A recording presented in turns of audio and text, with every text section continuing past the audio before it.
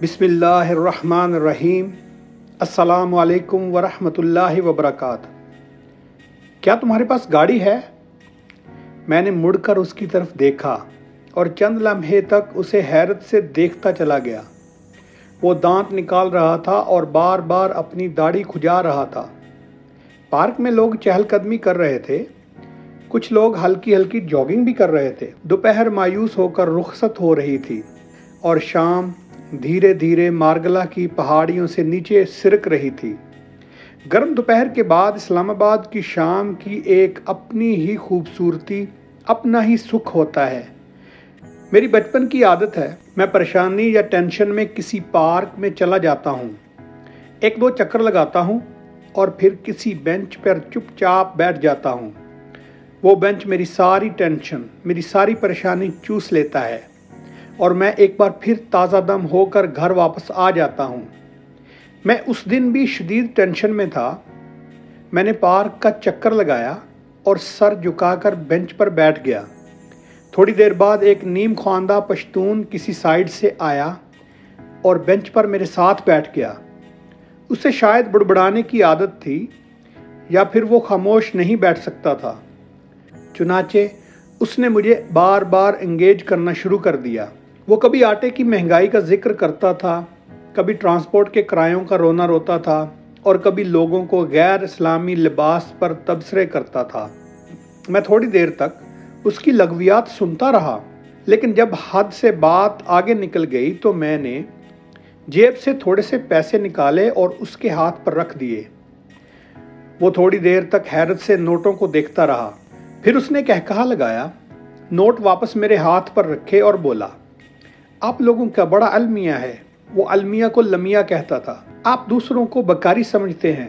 آپ کا خیال ہوتا ہے آپ کے ساتھ اگر کوئی غریب شخص بات کر رہا ہے تو اس کا صرف ایک ہی مقصد ہے، وہ آپ سے بھیک لینا چاہتا ہے۔ بابو صاحب، مجھ پر اللہ کا بڑا کرم ہے، چوکیداری کرتا ہوں، روٹی اوپر والا مالک دے دیتا ہے اور خرچے کے لیے پیسے نیچے والے مالک سے مل جاتے ہیں۔ میں بس آپ کو پریشان دیکھ کر آپ کے پاس بیٹھ گیا۔ میرا والد کہتا تھا، پریشان آدمی کو حوصلہ دینا بہت بڑی نیکی ہوتی ہے۔ چنانچہ میں کسی کو بھی پریشان دیکھتا ہوں تو میں اس کے پاس جا کر بیٹھ جاتا ہوں، مگر آپ نے مجھے بھکاری سمجھ لیا۔ میری حیرت شرمندگی میں بدل گئی اور میں اس سے معافی مانگنے لگا۔ وہ ہنسا اور داڑھی کھجاتے کھجاتے مجھ سے پوچھا، کیا تمہارے پاس گاڑی ہے؟ میں نے چند لمحوں تک اس واہیات سوال پر غور کیا اور پھر جواب دیا، ہاں 3-4 ہیں۔ وہ بولا، تم کو پتہ ہے آج کل پیٹرول کی کیا قیمت ہے؟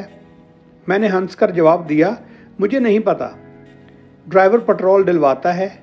اس نے کہکہا لگا کر کہا، اور تم پھر بھی پریشان بیٹھے ہو؟ میں نے حیرت سے جواب دیا، گاڑی کا پریشانی کے ساتھ کیا تعلق بنتا ہے؟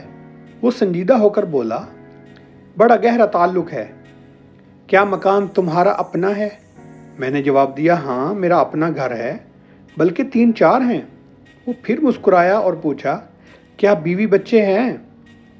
میں نے فوراً ہاں میں جواب دیا۔ اس نے پوچھا، بچہ لوگ کیا کرتا ہے؟